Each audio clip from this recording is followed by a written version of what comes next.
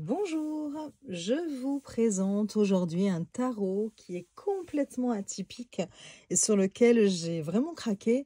On ne le voit quasiment pas. Je suis tombée par hasard dessus, enfin sur Amazon. Voilà, donc il est en plus à un petit prix, hein, c'est voilà, aux alentours de 30-32 euros, je crois, quelque chose comme ça. Et donc c'est le tarot dévoilé de Jess Lonergan. Vous avez une préface écrite par Mike Mignola. Donc, je vous montre. Ça doit être la maison d'édition. Je pense, je ne sais pas. En fait, hein, je dois vous dire.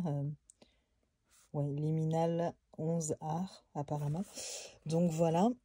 Je vous montre la boîte. Rien que la boîte, déjà, elle est très, très originale. Hein. Vous allez voir pourquoi. Regardez, hop, ça s'ouvre comme ceci. Tout est illustré. Et en plus, vous sortez cette partie-là. Hop là, voilà. Donc l'intérieur de la boîte est comme ceci. Je ne suis pas trop près, mais bon. Voilà. Et après, vous avez cette petite boîte comme ça. Peut-être qu'à l'endroit, ce serait mieux, Sabine. Voilà. Il faut que j'arrête d'être trop près. Donc tout illustré. C'est des morceaux de cartes, hein, d'illustration de cartes. Donc voilà. Donc vous mettez cette partie-là dedans, dans la boîte. Hop. Et après, à l'intérieur, vous avez les boîtes et le livre. Un petit livre, pareil, vous allez voir. Le livre est vraiment... je mets la boîte ici. Voilà. Et en dur. Voilà, c'est une couverture en dur. Alors, il n'est pas très épais, mais il y a quand même l'essentiel. Je vous montre. Voilà, tout en couleur. J'adore en plus les illustrations. Donc là, vous avez le sommaire et vous avez la préface écrite par Mike Mignola, quelque part à Los Angeles. Voilà, je vais vous lire la préface. Attendez, je trappe mes lunettes. Parce que voilà, à 50 ans, on ne voit plus comme avant. Donc, je vais vous lire la préface, parce que j'aime beaucoup ce qui est dit. Alors, soyons d'abord clairs. Je suis une créature simple. J'aime les fantômes, les cimetières et les châteaux éclairés par la lune, les escaliers ombragés et les cercueils au sous-sol. Ce que je sais du tarot est à peu près insignifiant, juste un flou inquiétant de romans gothiques et d'histoires de fantômes. Né de romans gothiques et d'histoires de fantômes. Vous me parlez de tarot et je vois l'atmosphère glorieuse en noir et blanc des vieux films de monstres, le genre qu'ils ne font plus, les draperies lourdes, les foulards en soie, les bracelets claquants. Voici la diseuse de bonne aventure, elle, toujours une femme, et soit une beauté exotique aux cheveux noirs, voire Maureen O'Hara dans Le bossu de Notre-Dame de 1939, soit une vieille sorcière sage, voire Maria Ouspenskaya dans Le loup-garou de 1941. C'est à quel point je suis simple. En fait, je ne pense pas qu'aucune des femmes fantastiques dans ma tête n'ait jamais utilisé de cartes, mais bon, continuons. Elle écarte la boule de cristal. Je suis presque sûre que ni O'Hara ni Ouspenskaya n'ont jamais eu de boule de cristal. Et distribue les cartes. Des coupes et des épées, un faucheur squelettique, une tour en feu et un pauvre bâtard pendu la tête en bas par le pied. Je ne sais pas ce que signifient réellement ces cartes, et apparemment elles ont des significations différentes selon la façon dont elles sont distribuées, dans quel ordre et comment elles sont placées les unes à côté des autres. Quelque chose comme ça. Ce n'est pas à moi, l'homme ordinaire, simple, de comprendre les cartes. La diseuse de bonne aventure, la belle ou la vieille femme ou autre, doit les interpréter pour moi. Mais je sais qu'elles signifient quelque chose. Comment ne pas le faire ? Ce sont des choses étonnantes, de magnifiques œuvres d'art qui sont merveilleusement symboliques. J'ai toujours aimé ces images. J'ai vu de nombreuses variantes au fil des ans. Et maintenant, enfin, nous arrivons aux cartes de Jess Lonergan. Connaissant le travail de Jess, je suppose que nous allons avoir droit à quelque chose d'un peu différent. Et mon Dieu, j'avais raison. Au moment où j'écris ces lignes, je regarde les cartes de Jess pour la première fois.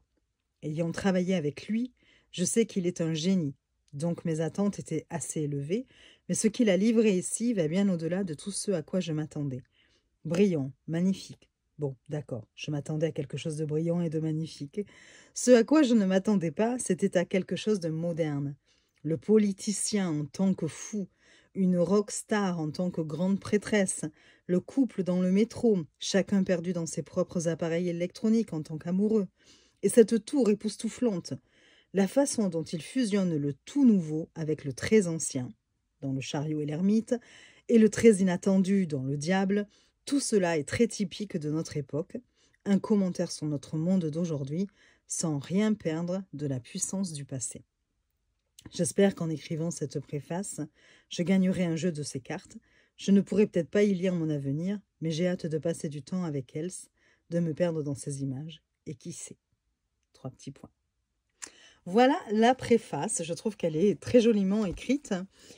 Et effectivement, ce tarot est un mélange du passé, de la modernité. Il y a des choses que vous allez retrouver très atypiques, très dissonantes, et puis d'autres quelque part qui vont vous faire dire « Ah oui, oui, oui, effectivement, ça coule de source » ou « J'avais peut-être pas vu ce côté-là de la carte, mais qu'est-ce que c'est juste et intéressant ». Donc vous allez voir, il est vraiment très très intéressant ce tarot. Donc ensuite vous avez une introduction. Alors hop, l'introduction. La première carte que j'ai tirée était la mort, ce qui semble approprié. J'ai toujours été réconfortée par l'idée que dans 100 ans, moi et la plupart des gens que je connais seront morts et probablement oubliés. Cela enlève une grande partie de la pression des choses qui nous causent de l'anxiété dans le moment présent. Il peut être très libérateur de penser aux frustrations banales sous cet angle. Vous pouvez même vous tourner vers la géologie. La plupart des choses deviennent triviales du point de vue d'une roche sédimentaire qui a mis des millions d'années à se former, ce qui revient à dire que rien n'a d'importance, mais pas tout à fait. Notre temps est limité et tout passera. Vous devez donc trouver ce qui compte vraiment pour vous et y donner tout ce que vous avez. Bien sûr, il y a des choses qui perdurent à travers l'histoire, qui traversent les générations et résonnent longtemps après leur origine. Certaines histoires, idées et archétypes qui réapparaissent à travers les siècles et les millénaires. C'est cette qualité qui m'a d'abord attirée vers le tarot. Ces images et ces figures qui ont traversé l'histoire, dans certains cas en évoluant au fur et à mesure, qui ont parlé aux gens il y a des siècles de la même manière qu'elles parlent aux gens d'aujourd'hui. Il peut être difficile de croire que quelqu'un au XVIIIe siècle, quand le tarot a commencé à être utilisé pour la divination, oui, c'est difficile d'imaginer qu'il n'y aurait rien de commun avec une personne qui vit aujourd'hui, mais que d'une certaine manière, je trouve assez facile de croire que nous pourrions regarder le fou ou le 10 de bâton et trouver nos esprits allant vers des endroits similaires malgré les années qui nous séparent. Voilà. L'idée de mes cartes est de capturer cette qualité de différence et de similitude, ancienne et moderne, proche et lointaine, verticale et inversée. Toutes les cartes contiennent 2 images qui se rejoignent d'une manière ou d'une autre. Et l'intention est que cette juxtaposition crée une harmonie ou une dissonance qui mène à de nouvelles idées qui sont plus que la somme des parties constitutives. J'espère que grâce à ces contrastes et à ces parallèles, ces cartes pourront vous aider à trouver une perspective. Et peut-être que ce jeu pourra vous aider à découvrir ou redécouvrir ce qui est vraiment important et à séparer le trivial de l'essentiel. Voilà l'introduction. Et on passe ensuite à l'interprétation des arcanes majeurs. Donc à chaque fois, donc là vous avez d'abord une introduction qui va vous expliquer ce que sont les arcanes majeurs. Donc je ne vais pas vous la lire. À sa façon quand même, hein, donc toujours intéressante. Et puis on passe donc à l'interprétation du fou. Et donc on va voir après. On continuera après. Il n'y a pas de tirage de proposé. Je vous montre quand même rapidement. Vous avez à peu près un paragraphe comme ça pour chaque arcane majeur avec l'illustration de reprise, un morceau de l'illustration. Et puis ensuite, on passe au... Vous avez 2 cartes supplémentaires aussi qui sont évidemment expliquées. Le mob et le marionnettiste. Et ensuite, on passe aux arcanes mineurs. Et donc, vous avez une introduction aux arcanes mineurs qui vous explique pour chaque suite ce que cela représente en général. Et puis après, vous allez avoir, vous voyez, juste un petit paragraphe pour chaque arcane mineur. Voilà, c'est pour toutes les suites. À la fin, vous allez avoir comment lire les cartes. Alors, peut-être que ça, je peux vous lire maintenant. si je le retrouve. Alors, hop là. Comment lire les cartes? Commencez par trouver un endroit calme, un endroit où vous vous sentez en paix et où vous pouvez réfléchir confortablement, loin de la cacophonie du monde matériel. Bon, voilà. Donc ça, c'est plus des conseils pratiques. Puis ensuite, il vous propose un petit peu, vous savez, les tirages en 3 cartes, passé, présent, futur, ou état matériel ou financier, état émotionnel, et après état spirituel, changement, cause, solution. Voilà, ça, ce sont les tirages à 3 cartes. Et c'est tout. Voilà. Vous n'avez rien de plus hein, au niveau des tirages. Voilà. Bon, on va passer aux cartes déjà, parce que vous allez voir, elles sont magnifiques. Enfin, magnifiques. Oui, enfin, si on veut, c'est pas non plus devant les illustrations, vous n'allez peut-être pas vous dire waouh, il y a eu des cartes, enfin, il existe des tarots avec des illustrations tellement belles. Mais là, elles sont intelligentes. Voilà. Ces cartes, je trouve qu'elles nous amènent à réfléchir une sorte de nouvelle perspective de chaque carte. Voilà. On va dire, de chaque arcane. Le dos est comme ceci, c'est la seule chose. Le petit bémol, s'il fallait en donner un, ce serait celui-ci. Je suis un petit peu déçue par le dos. Ouais, voilà, je le trouve un peu fadasse par rapport justement aux illustrations. Presque un peu trop simple par rapport justement à la recherche qu'il y a eu dans les illustrations. Voilà. Donc, c'est la seule petite chose qui m'a un petit peu déçue. Les tranches sont neutres, la qualité est bonne, hein. Il n'y a rien à redire sur la qualité. Et nous allons regarder tout de suite. Je pense qu'elles sont un peu plus grandes, oui, elles sont plus grandes qu'un tarot classique. Je vous montre par rapport à Lo Scarabeo, voilà. Donc un petit peu plus large et un peu plus grande, voilà. Alors, le fou. Regardez déjà, j'adore, voilà. Donc là, le fou est représenté ici par un homme politique. Vous avez à chaque fois, donc, là, le titre de la carte, le numéro ici. Et vous allez avoir un premier, on va dire, une première illustration, premier morceau d'illustration, enfin, une illustration qui va prendre toute la carte, et un encadré, comme ça, voilà, un petit cadre, qui va venir représenter autre chose, une autre illustration, un autre sujet, un autre thème, un autre personnage, enfin ce que vous voulez, mais qui va prendre, comment vous dire, qui fait la continuité de l'illustration qui est en dessous. Je ne sais pas si j'arrive à être claire, mais bon, voilà, si vous voulez, à chaque fois, c'est comme si, vous voyez, regardez, au niveau du bras, ça suit. Donc, voilà. Et donc, bien sûr, hein, c'est plein d'idées là derrière ces illustrations. Elles n'ont pas été choisies au hasard. Et donc, à chaque fois, bien sûr, vous allez pouvoir y voir l'idée qu'il y a ici, l'idée dans ce cadre, et réunir ces deux, et voilà, vous faire déjà une première interprétation. Donc là, vous avez le fou qui est représenté par un homme politique, hein, qui est en train de faire un discours. Et en fait, dans l'encadrement, c'est un clown, une sorte de clown hein, qui est représenté ici. Hein. Donc après, bien sûr, chacun y verra ce qu'il veut. Il faut essayer peut-être de l'associer aussi à ce que le fou renvoie en général au niveau de son interprétation dans le tarot.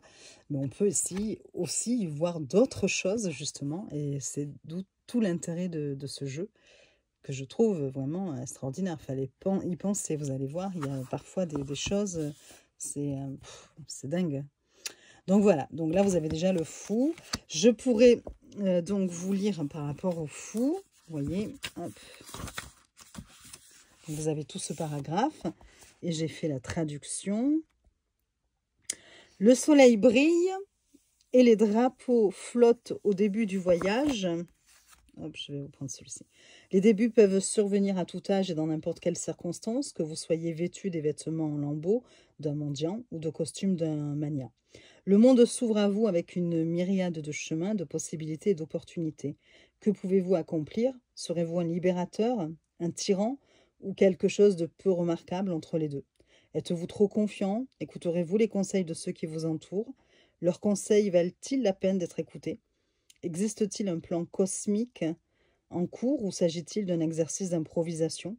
Beaucoup de choses resteront inconnues et il y aura certainement des erreurs et des regrets, mais le voyage a commencé.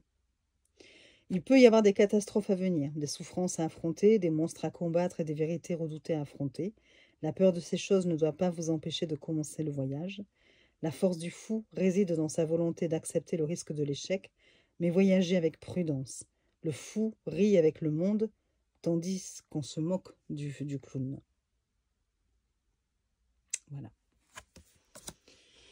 Vous avez ensuite le magicien.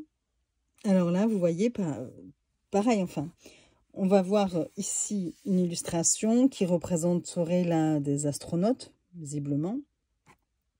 Sont-ils sur la Lune? Peut-être. Et puis, vous allez avoir dans l'encadré, là, ici, la carte plus classique que l'on pourrait, où on reconnaît le magicien, ici, qui est en train de jouer avec des dés. Enfin, un dé et puis 3 verres, hein, 3 gobelets. Donc, voilà. Et pareil, ça fait vraiment la continuité de l'autre image. C'est une superposition, quelque part, hein. Donc ici, on vous dit que tout est possible si les gens y croient. Par pure volonté, détermination, un mélange astucieux des éléments, le magicien unifie le ciel et la terre, ou du moins fait croire aux gens qu'il y est parvenu. Dans certains cas, les faits ne font qu'entraver les rêves et l'imagination pure. Pour avancer, vous devez faire preuve d'ingéniosité et utiliser vos compétences et vos capacités pour manifester la réalité dans laquelle vous voulez vivre. Vous avez tout ce dont vous avez besoin pour créer la meilleure version de vous-même. De la même manière que la balle se déplace d'une tasse à l'autre, sautez entre les personnages jusqu'à ce que vous trouviez celui qui est le plus utile pour vos objectifs. Atteignez les cieux, mais gardez la tête claire. Ne perdez pas de vue la balle ou vous-même.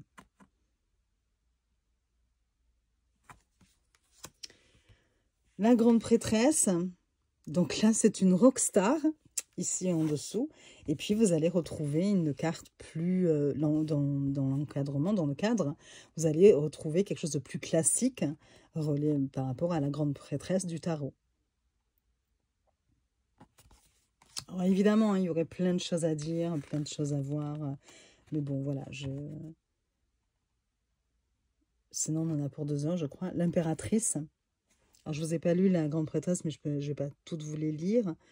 L'impératrice, ici, on est avec des racines d'arbres, voilà. Et puis vous avez une femme représentée là, qui on dirait a la main plantée dans le sol, comme si c'était elle.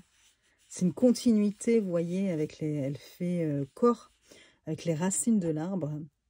Ce qui représente bien l'impératrice, la fertilité, et puis son lien avec la nature. Vous avez l'empereur, j'adore l'empereur, regardez, c'est une statue de... Je vais vous le lire d'ailleurs, l'empereur, parce que j'aime beaucoup ce qui est dit. Donc c'est une statue de pierre. Et puis là, vous allez avoir la représentation humaine de cette statue de pierre. Et donc, on vous dit, la statue de pierre se dresse haute et monolithique, représentant l'autorité, la stabilité et l'ordre. Voici le protecteur qui, avec discipline et concentration, s'assure que les choses soient faites. Debout, au-dessus de la foule, rien n'échappe à la vue de la statue, et avec sa perspective, il existe une solution pratique pour chaque situation. La statue représente des idéaux auxquels aspirer. Cependant, vous devez vous rappeler que vous êtes un être humain, fait de chair et de sang, et non un morceau de pierre immobile, immunisé contre les défauts et les faiblesses des vivants. Vous vous retrouverez peut-être en position de force et devrez prendre de grandes décisions. Il est donc important de garder le cap et de voir les gens qui vous entourent. La pierre ne peut pas plier et du point de vue de la statue, il est facile de perdre de vue... Non, attendez, je ne vois plus rien. Il est facile de perdre de vue, si, les individus vivants et respirants au milieu de la foule. Le véritable succès vient de la fusion des 2 points de vue. La force de la pierre doit être combinée à la souplesse de la forme humaine. Le hiérophante, j'aime beaucoup aussi. Donc on retrouve là, c'est le contraire, vous voyez, le côté traditionnel de la carte du pape ou du hiérophante en général, avec ces deux colonnes ici, là. Ces deux personnages qui l'écoutent, qui reçoivent ses conseils, son enseignement, voilà. Et puis là, on a...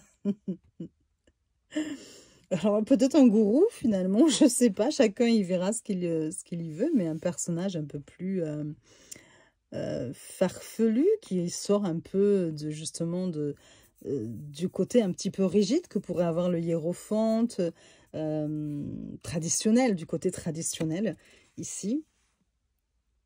Est-ce qu'il dit quelque chose ? Vous vous trouvez devant le hiérophante dans son costume complet. Les symboles de tradition, d'autorité et de pouvoir qu'il porte résonnent à travers les années. Il peut s'agir des vêtements d'un prêtre ou de toute autre forme de tenue signalant le commandement et l'expérience. Il possède des connaissances et peut servir de guide sur les chemins à la fois physiques et spirituels. Vous pouvez trouver du réconfort dans la structure qu'il propose et beaucoup se contenteront de suivre ses instructions, d'observer les balises et d'accomplir la liturgie sans vraiment comprendre les significations profondes. Allez au-delà de cela pour comprendre les symboles et les connaissances anciennes qui vous entourent. Ces croyances ancestrales qui nous guident depuis des siècles pourraient vous aider dans votre voyage vers l'avenir. Cherchez la sagesse du passé sans suivre aveuglément. À mesure que votre conscience grandit, vous vous retrouverez peut-être à vous détourner des autorités traditionnelles et à vous tourner plutôt vers votre propre boussole morale pour vous guider sur des chemins non conventionnels, peut-être même iconoclastes. Voilà.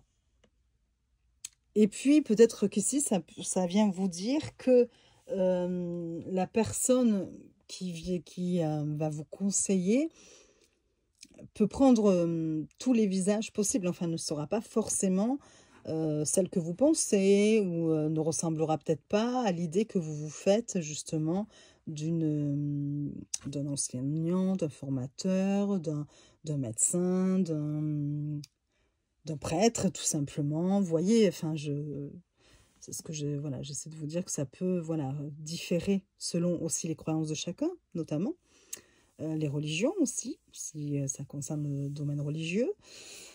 Voilà. Bon. Les amoureux. Ah là là, les amoureux, franchement, qu'est-ce que c'est oui, ça amène à réfléchir. Hein. Là, on voit donc, pareil, deux corps qui s'enlacent, qui s'embrassent derrière. Hein. Et puis ici, dans le cadre, vous avez deux personnes qui sont avec leurs écouteurs, qui regardent un téléphone, visiblement, et qui ne se regardent plus, enfin, qui ne se regardent pas. Si toutefois ils se sont déjà regardés, s'ils étaient en couple ou pas, on ne sait pas, mais bon, voilà. Qui ne se regardent pas, qui sont plongés chacun dans leurs pensées, leur occupation, à travers la musique, à travers le téléphone, leur quotidien quelque part, et qui ne sont pas tournés vers l'extérieur du tout, et vers l'autre surtout. Donc voilà.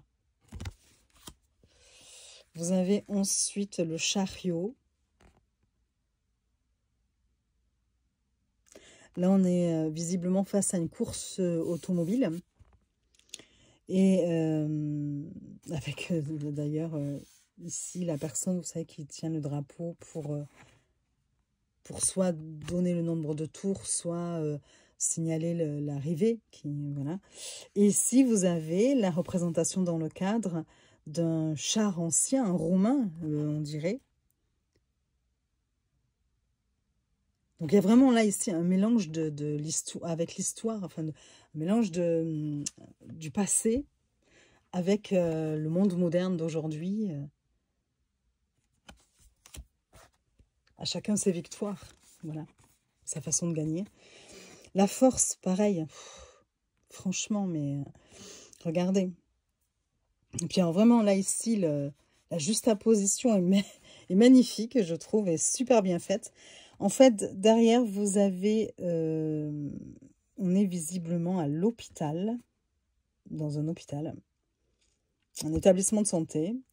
Et puisqu'on voit apparemment un lit là d'hôpital, on voit des soignants en tenue, hein, et oui, on voit même un pied à perfusion avec des produits. Bon.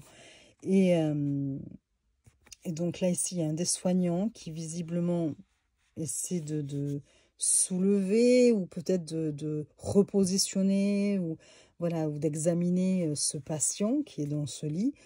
Et c'est juste, enfin, dans le cadre, eh bien, on voit une femme qui tient le cou d'un lion. Donc, la carte plus traditionnelle, là aussi, du Rider-Waite-Smith. Hein. On a bien la force en 8, donc ça suit le Rider-Waite. Mais qui a été collée, on va dire, juste à poser à une image d'urgence, hein, visiblement, ici, en plus, où il faut effectivement maîtriser ses émotions, contrôler ses instincts, tout en gardant quand même une part aussi de... Comment vous dire, j'allais dire, on improvise toujours dans ces situations-là d'urgence, on est bien obligé de prendre en charge tout ça, ça demande beaucoup de courage et parfois même suivre une part de ses instincts, mais toujours avec intelligence, avec lucidité, avec calme. Il faut garder son calme malgré tout. Donc c'est très très bien trouvé là aussi. L'ermite, là aussi, j'ai envie de vous dire pour chaque carte presque, j'ai waouh. Il y en a peut-être quelques-unes où des fois on se demande, ah tiens, pourquoi, où il va falloir réfléchir certainement. Et j'ai pas encore pris le temps de toutes les analyser. Voilà, mais l'ermite, où on voit comme ça, donc une foule de personnes hein, alors, est-ce qu'ils marchent? Est-ce que, oui, ils se dirigent vers un endroit? Est-ce qu'ils sont en train de regarder quelque chose? Ils ont tous la même direction. Et vous avez l'ermite ici, au milieu, donc qui représente plus, là encore, dans ce cadre, la carte traditionnelle du tarot Rider-Waite-Smith, enfin, la représentation traditionnelle de l'ermite. Et donc, là, on le voit, alors, à contresens, donc... par rapport au reste du monde qui est ici. Est-ce que, on sait que l'ermite est plutôt seul, c'est un moment d'introspection, il est seul. Bon, est-ce que là, ici, ça voudrait dire qu'il y a un très fort, on se retrouve dans une foule, bon, qu'est-ce qu'on ne donnerait pas pour se retrouver seul en haut d'une montagne, à pouvoir réfléchir au calme? Est-ce que cela sous-entend que toutes ces personnes, elles sont peut-être très entourées ici, mais elles sont seules au fond d'elles, elles se sentent très seules parce qu'il n'y a pas de communication, que chacun avance dans son quotidien. Enfin, voilà, ça peut vouloir dire tellement de choses, c'est ce que je vous disais, c'est à vous après évidemment de suivre votre intuition et ce que votre cœur vous dit au moment où vous regardez la carte, hein, et en fonction du contexte aussi. Alors là, vous avez la roue de fortune. Alors attendez, est-ce qu'on va aller lire quand même ce qu'il dit sur la roue de fortune? On se retrouve ici dans un casino. J'aime bien. J'aime beaucoup, entouré là par le sphinx, le lion ailé, voilà, vous avez tout ici. Hein. Ou c'est le taureau ailé d'habitude, je sais plus. Enfin bon. Donc, on va lire. Tant de choses dans le monde échappent à notre contrôle qu'il peut sembler que notre vie quotidienne soit déterminée par la rotation d'une roue. Vous pouvez choisir d'appeler les tournants de votre vie le destin ou la chance. Cependant, ce ne sont pas tant les événements qui se produisent qui comptent, mais ce que vous choisissez d'en faire. Tout n'est pas chaos. La roue répète son cycle et vous pouvez reconnaître des schémas. La situation dans laquelle vous vous trouvez ou les personnes que vous rencontrez sont-elles complètement nouvelles? La vie est une roulette qui tourne et vous lance des objets au hasard. Levez la tête et observez les personnages qui guident la boule. Il y a le chacal d'Anubis, voilà, qui représente la mort, le sphinx, qui parle des énigmes, qui représente la connaissance, et le serpent mortel, Typhon, qui apporte le malheur. Observez ceux qui tiennent la roue avec leur sagesse et leur stabilité. Vous avez le taureau ailé, oui c'est le taureau ailé, le lion, l'aigle et l'ange.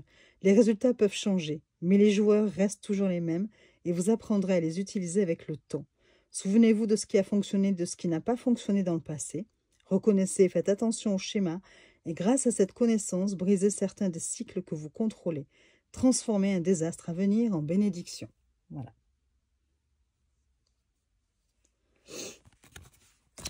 La justice. Bon, eh bien là, on est dans une manifestation, apparemment. Hein. Les gens ne sont pas contents et demandent justice, peut-être, par rapport à certaines choses, ou souvent on proteste contre des choses qui nous semblent injustes. Et puis là, vous avez un personnage qui brandit son épée. Personnage avec une couronne. Est-ce qu'ici, on veut parler de la répression? Voilà. Est-ce que c'est plutôt une personne qui gouverne, puisqu'on a quand même le symbole de la couronne, et qui brandit son épée face... voilà. Ou est-ce que c'est pour montrer que pour différentes choses, on peut justement... Là, ici, on brandit les poings, les pancartes. D'autres vont brandir leur épée. D'autres, vous voyez, il y a différentes choses aussi. Mais bon. Le pendu.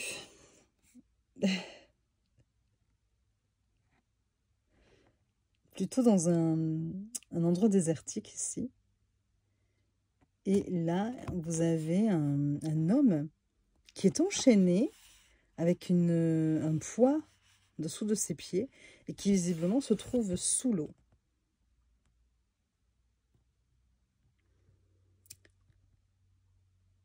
Donc, quelque part, prisonnier.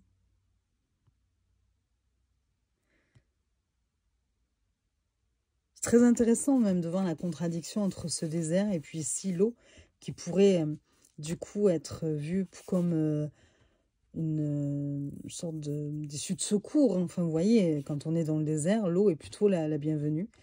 Sauf que là, il se retrouve sous l'eau, voilà, enchaîné. Bon, c'est à réfléchir tout ça. La mort.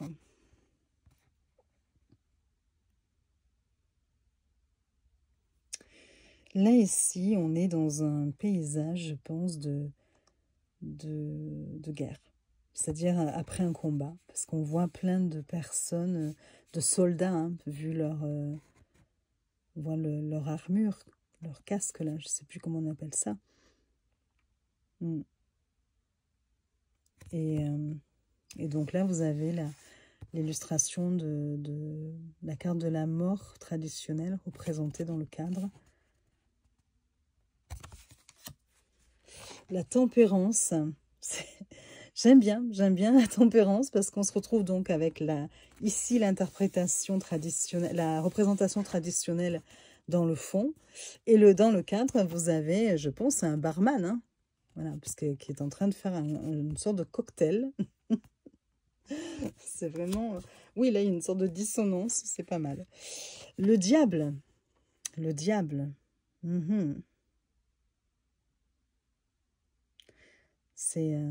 Vous avez un paysage qui semble idyllique d'une famille devant une belle maison. Une famille, donc un couple, un petit garçon, une petite fille un peu plus grande. Et là, on a représenté dans le cadre l'homme, la maman et le papa, on va dire, hein, l'homme et la femme, avec des cornes et le diable au-dessus. Est-ce que, là encore, on vient vous dire, ne vous fiez pas aux apparences. Tout peut sembler parfois idyllique, mais justement, ce n'est pas le cas. Peut-être parce qu'il y a de l'infidélité au sein de ce couple, peut-être que la relation n'est pas saine, qu'il y a de la manipulation de la part d'un des deux, peut-être que vous voyez un lien toxique entre ces deux personnes. Et c'est vraiment, ouais, c'est très très intéressant là encore. Hein. Je ne sais pas ce que vous en pensez, mais il y a peut-être même d'autres choses que je ne vois pas là comme ça à l'instant T. Hein. Certainement, hein, il faut vraiment... ouais, mais ça amène encore à réfléchir, voilà, à se poser les bonnes questions. La tour.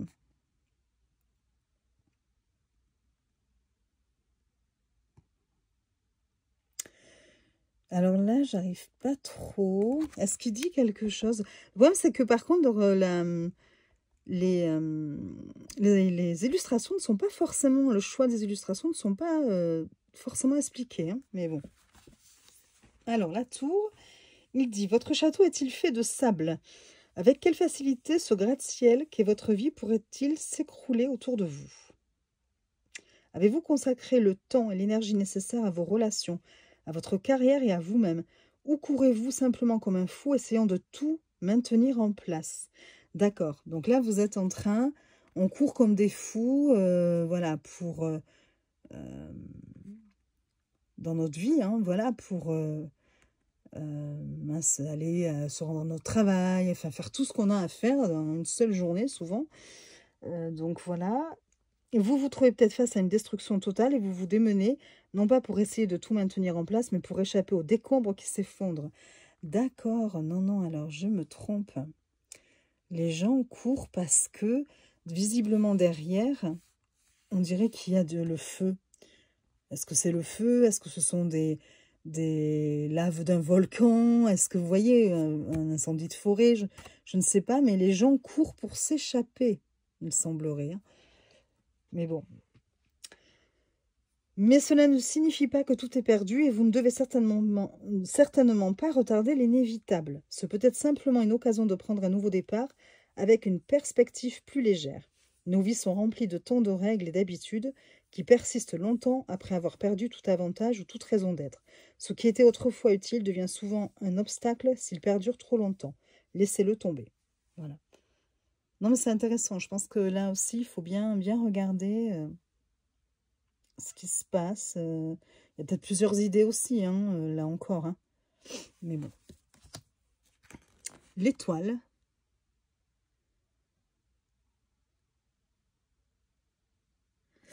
Donc là, on est... Ce sont des satellites, j'ai l'impression. Donc dans le ciel. Et... alors, avec ma vue à la zazou, derrière la caméra en plus... Est-ce que c'est une personne qui regarde les étoiles, justement? Vous voyez, avec un télescope, je crois que ça s'appelle. On dirait, hein, je pense que c'est ça. J'essaie de me rapprocher pour voir, mais c'est compliqué, moi, en plus, avec le pied de la caméra. En regardant les étoiles, vous vous surprenez à voir une lumière ancienne à des millions de kilomètres de distance. Ce type de vision peut exister non seulement lorsque vous regardez les étoiles, mais aussi lorsque vous considérez votre vie. Vous pouvez voir ce qui va arriver et ce qui doit se passer pour atteindre votre état idéal. Cette vision, combinée au pouvoir presque illimité de l'esprit humain, nous rend capables d'accomplir des choses étonnantes. Si votre vision est floue, prenez le temps de rafraîchir votre vue et de vous rappeler ce que vous voulez et ce dont vous avez vraiment besoin. Il est peut-être temps de traiter de vieilles blessures ou de réparer votre équipement émotionnel. En profitant de ce temps pour redécouvrir l'espoir et l'inspiration, assurez-vous de maintenir votre connexion avec la Terre et ne vous perdez pas dans des rêves abstraits des étoiles. D'accord. La lune, puissante celle-ci aussi. Donc on a l'idée du chien, du loup, de l'écrevisse hein, qui sont reprises. Enfin les idées de ces animaux sont reprises. Et puis vous avez donc une personne dans son lit. Voilà. Qui est certainement en train de rêver, ou justement qui est plongé dans son subconscient. Ensuite, vous avez le soleil. Le soleil. Et donc là, on est dans un manège, hein, dans une attraction de foire. Et puis, vous allez avoir ici la représentation du soleil traditionnel, de la carte du soleil. Donc là, ça va être le cheval blanc et puis l'enfant sur le cheval blanc avec les tournesols autour. Et en fait, cet enfant lève les bras comme les personnes qui sont dans le manège. On retrouve son âme d'enfant aussi, peut-être. C'est la joie, c'est le bonheur. Là, tout de suite, voilà. On est heureux, on s'amuse, c'est léger. Vous allez avoir là, dans le jugement. Donc, là, c'est une personne qui joue. Je pense que c'est une trompette. Je sais pas. Je connais pas les instruments de musique, mais bon, il me semble. Dans un cimetière, hein, visiblement. Et on a des personnes, des mains là, ici, des bras qui sortent de l'eau. Alors, des personnes qui sont en train de se noyer et qui demandent à l'aide dans le jugement. Je ne sais pas trop, vous voyez, parce que ça pourrait évoquer ça. Ou des personnes qui se sentent submergées par les émotions et qui vont répondre à un appel. Il y a un éveil qui se fait. Ça peut être tellement de choses là encore. C'est très très beau aussi. Très très intéressant. Le monde. C'est une personne alors là, qui sort du cadre, en fait, du coup, qui se retrouve dans le cadre, dans une ville, visiblement entourée d'immeubles, et elle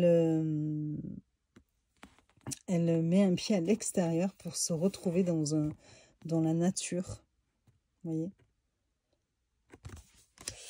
Alors, les cartes supplémentaires, je vais quand même vous lire ce qu'elles veulent dire, puisque ce sont des cartes que l'on n'a pas dans le tarot traditionnel.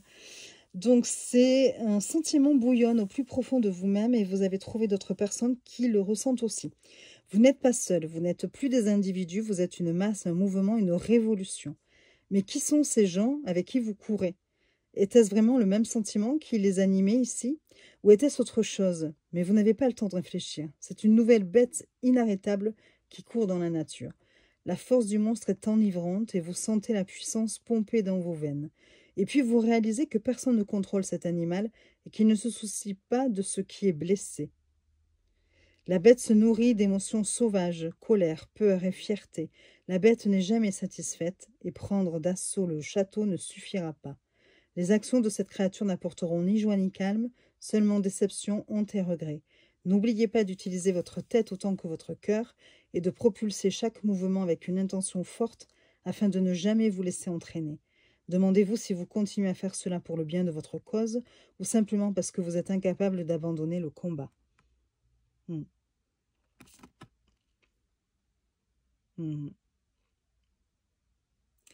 Très intéressante. C'est un peu le problème aussi, là. Enfin, comme on dit, voilà, il ne faut pas être un mouton, c'est-à-dire pas suivre le troupeau sans se poser les bonnes questions ou s'interroger sur le bien fondé de chaque action, quelque part. L'effet de groupe, en fait. Se faire très attention à l'effet de groupe, et ce, quel que soit le domaine, l'environnement, voilà. Au travail, on le voit, hein, des fois, vous avez comme ça on dit des boucs émissaires, et il suffit qu'une personne qui est appréciée ou qui a beaucoup de wawa prenne en grippe une autre personne, eh bien, certains individus, certains collègues vont suivre la personne qui a du wawa et se mettre aussi à harceler ou ne pas aimer la personne que la première a pris en grippe. Voilà. Donc, on le voit, l'effet de groupe, c'est partout, dans les écoles avec le harcèlement. Donc oui, ça amène là aussi à réfléchir. Et puis, vous avez la carte, alors jamais ça a été traduit en le marionnetteur. Je suis sceptique. Je ne sais pas si ce mot existe. Moi, je dis le marionnettiste. Hein. Mais bon, qui sait? Donc voilà, peut-être qu'il existe et que je ne le sais pas. Mais bon. Alors, le maître manipulateur impitoyable et machiavélique. Il monte les gens les uns contre les autres, exploite leurs faiblesses et joue avec leurs émotions pour obtenir ce qu'il veut. Le marionnettiste blâmera les autres, niera les méfaits et utilisera la culpabilité pour contrôler la situation. Vous pouvez vous retrouver pris au piège par le marionnettiste, tiré dans tous les sens ou engagé dans des jeux d'esprit sans aucun moyen de gagner. Si vous restez dans cette position trop longtemps, votre marionnettiste n'aura peut-être même rien à faire parce que vous vous manipulerez vous-même et penserez simplement que les choses sont comme ça. Je suis désolée, je bafouille. Si vous êtes celui qui tire les ficelles, en convainquant les gens que ce qui est le mieux pour vous est aussi ce qui est le mieux pour eux, vos manipulations peuvent commencer à vous contrôler. Le besoin de contrôle deviendra prioritaire et les tergiversations et les stratagèmes deviendront des habitudes dont vous ne pourrez pas vous défaire, vous empêchant d'avoir des relations qui vous apportent amour et soutien. Oui, donc là, en fait, derrière, vous avez celui qui représente plutôt le pantin, qui est donc manipulé avec, puisqu'on voit les ficelles, enfin, qu'il est accroché par des ficelles, suspendu par des ficelles. Et puis là, on voit cette même personne qui, elle, là, devient le marionnettiste, c'est-à-dire celui qui contrôle et qui manipule deux autres personnes ici. Donc, le manipulé devient le manipulateur et vice-versa. Voilà. Alors, on attaque avec la suite des bâtons. Donc là, on a bien cette énergie, on sent bien l'énergie du feu, voilà, avec le bâton ici représenté de façon plus traditionnelle. Et puis derrière, on a cette idée un peu d'incandescence, peut-être de flamme, de feu, voilà, une énergie. Une grande énergie.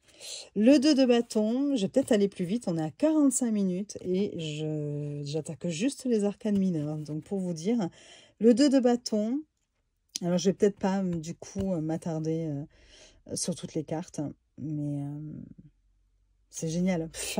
J'aurais envie parce que là encore, vous voyez, au début je me suis dit, vous voyez, sans regarder cette partie-là, je me suis dit, mais qu'est-ce qu'ils font? Ils sont en train de regarder des tableaux, une exposition. Et en fait, non, pas du tout. Vous avez deux portes ici. Vous avez le numéro 1 et 2. Et en fait, il faut faire le bon choix, choisir. Et là, on a la représentation traditionnelle dans ce cadre du 2 de bâton, où il est en train d'évaluer justement les options, de planifier, de préparer. Vous voyez, donc on a vraiment là, ici, et là, on voit une personne qui hésite. Qu'est-ce que je choisis? Mais on peut se demander quand même, on dirait qu'en plus, c'est filmé, qu'il y a une foule qui acclame. Vous voyez, là, il y a des projecteurs. Donc, ce serait un présentateur télé. Est-ce que ce serait un jeu? Ici, enfin, bon, il y aurait plein de choses à voir, là encore. Hein. Le 3 de bâton, donc là, on a bien cette idée, j'aime beaucoup, hein, ou d'évolution, vous voyez, ici. Donc là, dans le cadre, hein, la personne est devant un tableau de statistique, je ne sais jamais le dire. Donc voilà, il est en train d'évaluer les progrès aussi, les chiffres. Il y a l'idée d'expansion. Et puis on retrouve là encore la représentation traditionnelle derrière, et cette juxtaposition entre le monde d'aujourd'hui et le côté plus traditionnel, le côté ancien, un peu plus ancien. Le 4 de bâton. Génial, hein, là aussi, hein, franchement, ouais. Avec ce gâteau de mariée, cette pièce montée. Et puis les deux mariés qui sont représentés par deux autres personnes beaucoup plus modernes. J'arrive pas trop à voir ce que... Ouais, faudrait aller lire, mais bon, sinon on en a pour 15 ans. Après le 5 de bâton, donc ici, on voit une scène de violence inouïe, où c'est tout un tas de personnages, d'individus qui sont en train visiblement de se battre avec cette couleur de rouge dominant. Cette couleur rouge dominante, plutôt. Et là, j'arrive pas à voir. C'est trop marrant parce que là, il y a une personne qui tient un bâton qui est repris par, vous voyez, qui fait suite. Dans le cadre, cette personne-là tient ce même objet. Enfin bon, franchement, la suite est... Ouais, c'est très intéressant là encore. Le 6 de bâton, avec cette idée de victoire. Et donc là, c'est peut-être Miss France. Hein. C'est une Miss America aussi peut-être, enfin, je ne sais pas. Donc pareil, l'image traditionnelle est dans le cadre plus moderne, qui est plus en adéquation avec notre monde le monde d'aujourd'hui. Et là, c'est la même chose. Hein, vous voyez, là, on a un joueur et l'image plus traditionnelle derrière. Hein. J'adore là cette idée là de... elle tient un avion en papier ici. Alors c'est elle, je dis, mais c'est peut-être il, je ne sais pas. Enfin, la personne tient un javelot Et puis, dans le cadre, c'est devenu un avion de papier en papier. Le 8 de bâton, hein, l'idée de l'avion de papier, c'est aussi pour les idées, peut-être les nouvelles, les messages, enfin voilà. Et puis, il y a cette idée de rapidité ici aussi. Voilà. Le 9 de bâton.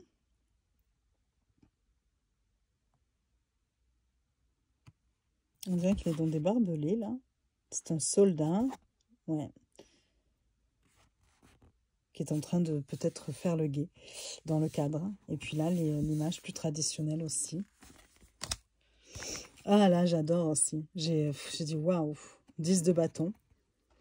Donc avec cette idée justement de fardeau à porter, d'avoir trop de responsabilités, d'être au bord du burn-out et tout ça. Burn-out. Et donc là, eh bien, alors on a l'image traditionnelle dans le cadre ici. Et puis en dehors, là, en grande illustration, ce sont des fourmis qui sont en train de porter, elles aussi. C'est vrai qu'elles portent, je ne sais plus combien de fois en plus leur poids. Elles ont des capacités impressionnantes, ces fourmis. Ensuite, le valet de bâton. Donc ici, il grimpe, peut-être un alpiniste, ou enfin, il est en train de grimper des montagnes. C'est le valet de bâton. Le cavalier, avec cette moto, une mobilette très bien trouvée là aussi. Hein. Et puis on a l'image traditionnelle dans le cadre avec le cheval, hein, le cavalier sur son cheval. La reine de bâton, qui visiblement ici est photographe ou réalisatrice de films, ou, vous voyez, et là on voit le cadre, la reine de bâton traditionnelle. Et le roi de bâton, qui est un chanteur, une star, qui se fait acclamer, voilà.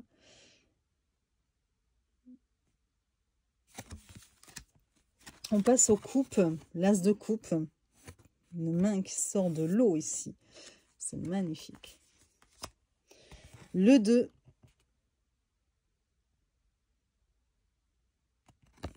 Alors, j'arrive pas à voir quels personnages sont représentés en dessous. Là, bon, voilà, on voit plutôt dans les îles, hein, dans un univers plus chaud, où il fait chaud, où il fait beau.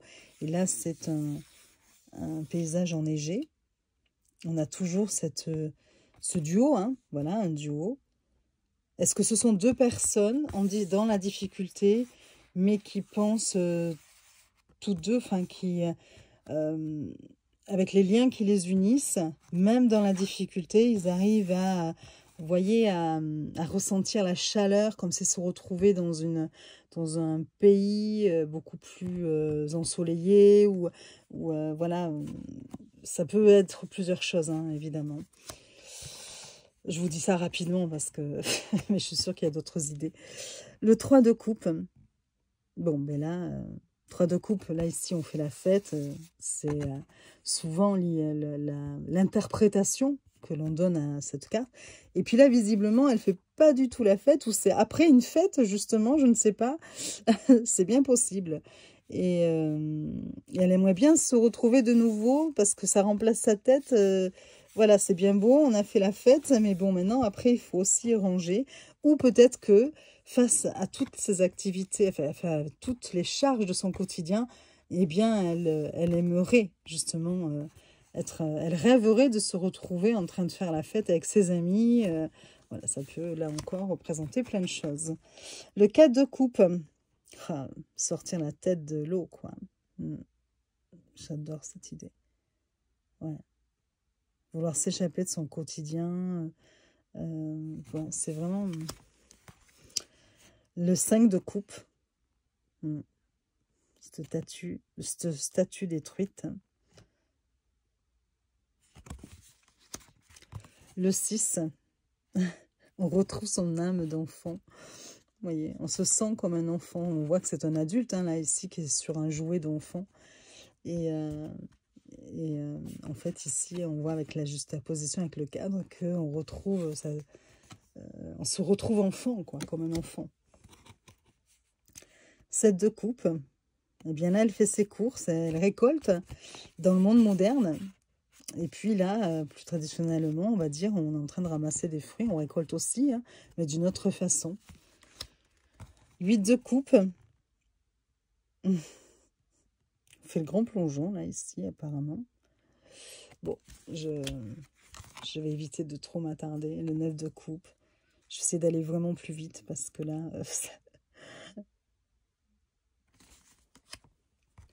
le 10 de coupe. Puis elles sont belles, hein, les illustrations sont vraiment très belles. J'adore ce système-là. Là aussi, c'est magnifique. Le cavalier de coupe sur le vélo ici, là, c'est le côté très ancien.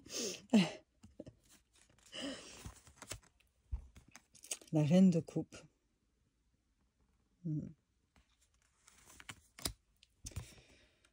Roi de coupe.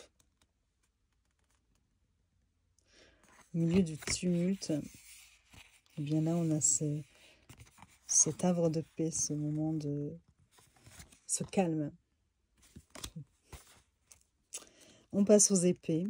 L'as des épées. Le 2 d'épée. Bien, hein, avec le jeu d'échecs derrière. Le 3, repris avec le cocktail, on noie son chagrin dans l'alcool, hein, ici. 4 d'épée.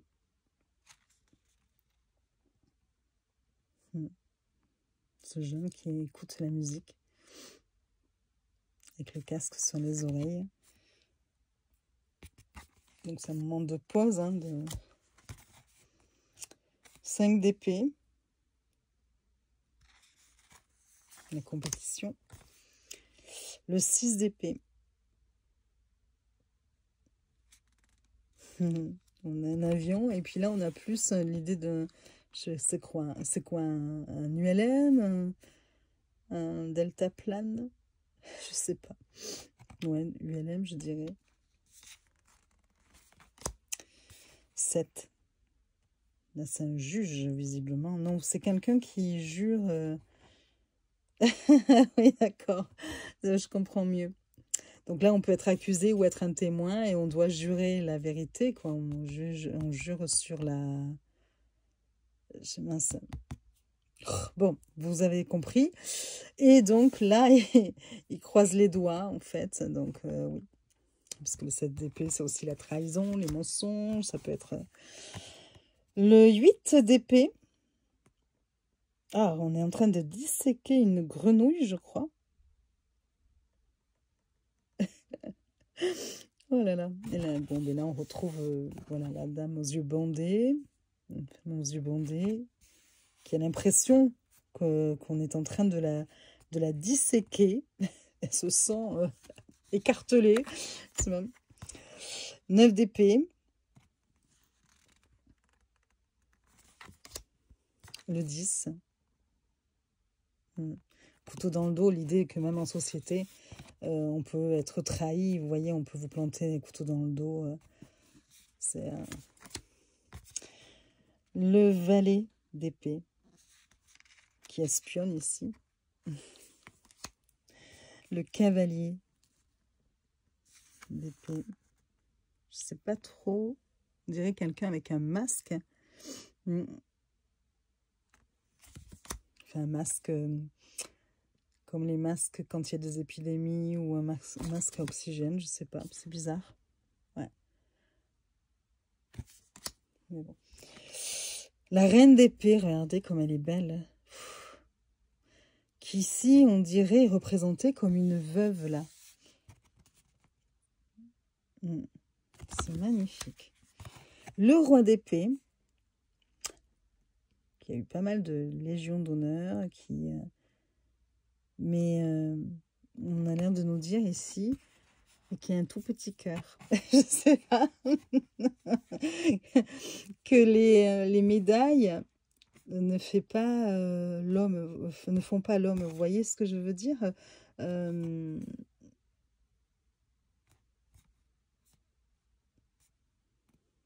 Ouais, il y a peut-être un côté inhumain aussi, mais en avant. Je sais pas, c'est étrange. Avec ce tout petit cœur, ou pour dire que, au fond, il a gagné plein de choses, mais finalement, son cœur, lui, n'a pas été nourri, qu'il n'a pas été aimé. Ouais, c'est vraiment l'as de Pentacle.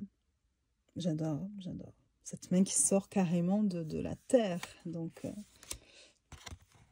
le 2 de Pentacle. Avec une grenade ici. Hein. Donc, c'est le jongleur, hein, mais qui tient là un denier, et puis finalement qui a lancé en principe l'autre denier. Et le denier ici est représenté par une grenade. C'est encore plein de sous-entendus et de choses à dire, de choses à penser, à réfléchir. Le 3 de Pentacle. On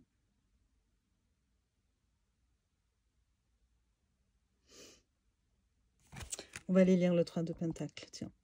Une dernière carte à lire, parce que...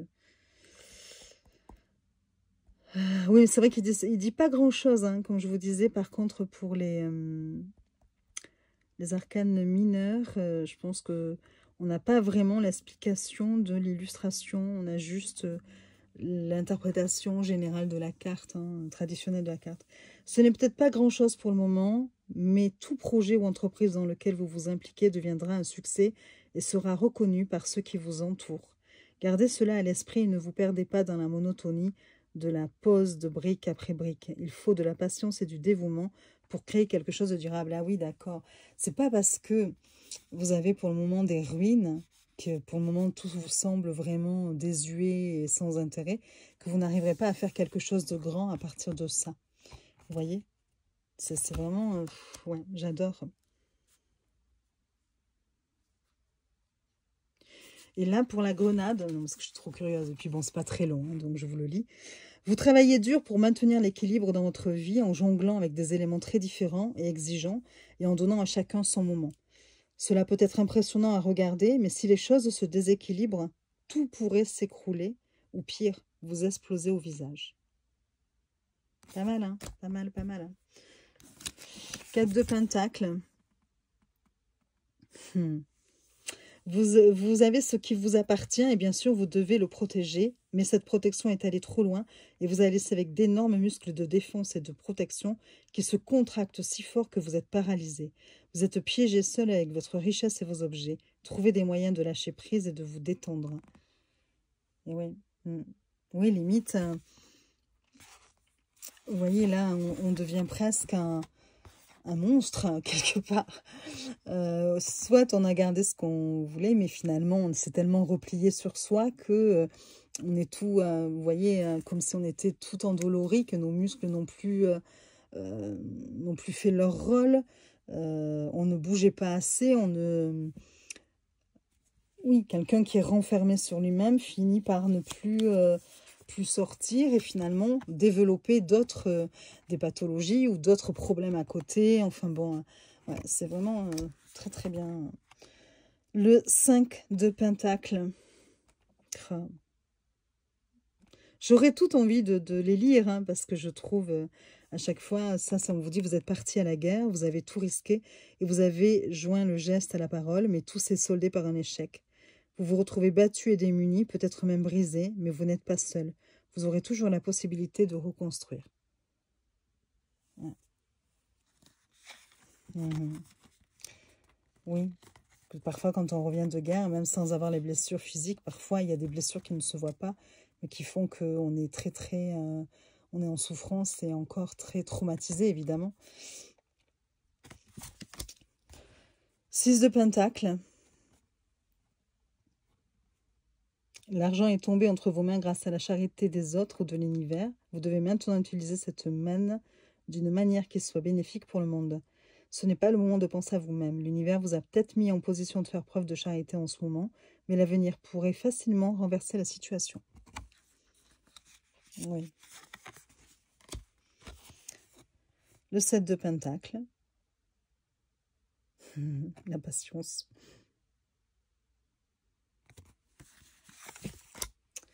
Le 8.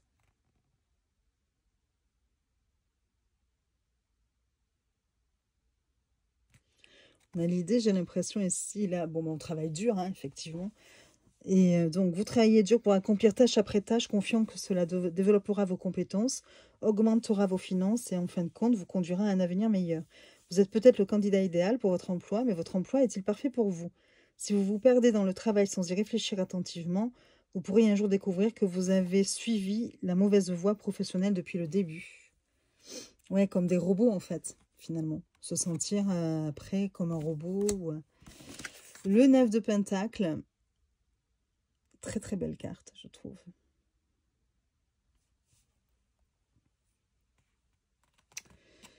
Qu'est-ce que ça pourrait vouloir dire pour vous-même? Oui, on vous dit de ne pas oublier qu'il y a d'autres personnes qui existent en dehors de votre jardin, hein, tranquille. Parce qu'après, on peut se sentir bien seul. Le 10 de Pentacle. Le Valet, j'essaie d'aller un peu plus vite. On est à 1h05. Hein. Bravo Sabine. Mais je savais que j'allais avoir trop de choses à vous dire. Et encore là, je suis frustrée hein, parce que j'aurais voulu m'attarder encore plus longtemps sur... Mais bon, après, c'est sûr que c'est pas forcément très intéressant pour tout le monde. Hein, quand on n'a pas le jeu en plus. Le Cavalier de Pentacle. Qui se retrouve dans un manège, là. Oui, parce qu'il avance doucement. La Reine de Pentacle.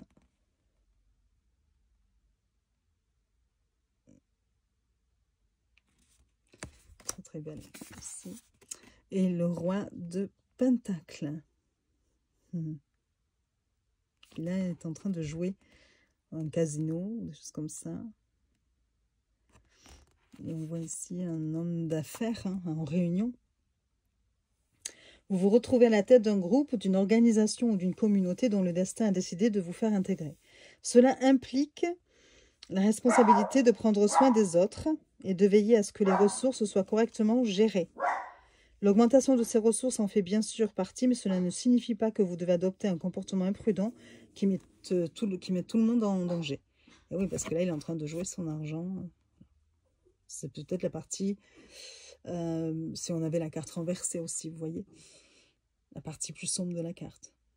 Voilà, eh bien écoutez, je suis désolée d'avoir duré aussi longtemps, mais je voulais vraiment vous présenter ce jeu parce que je le trouve tellement intéressant, original.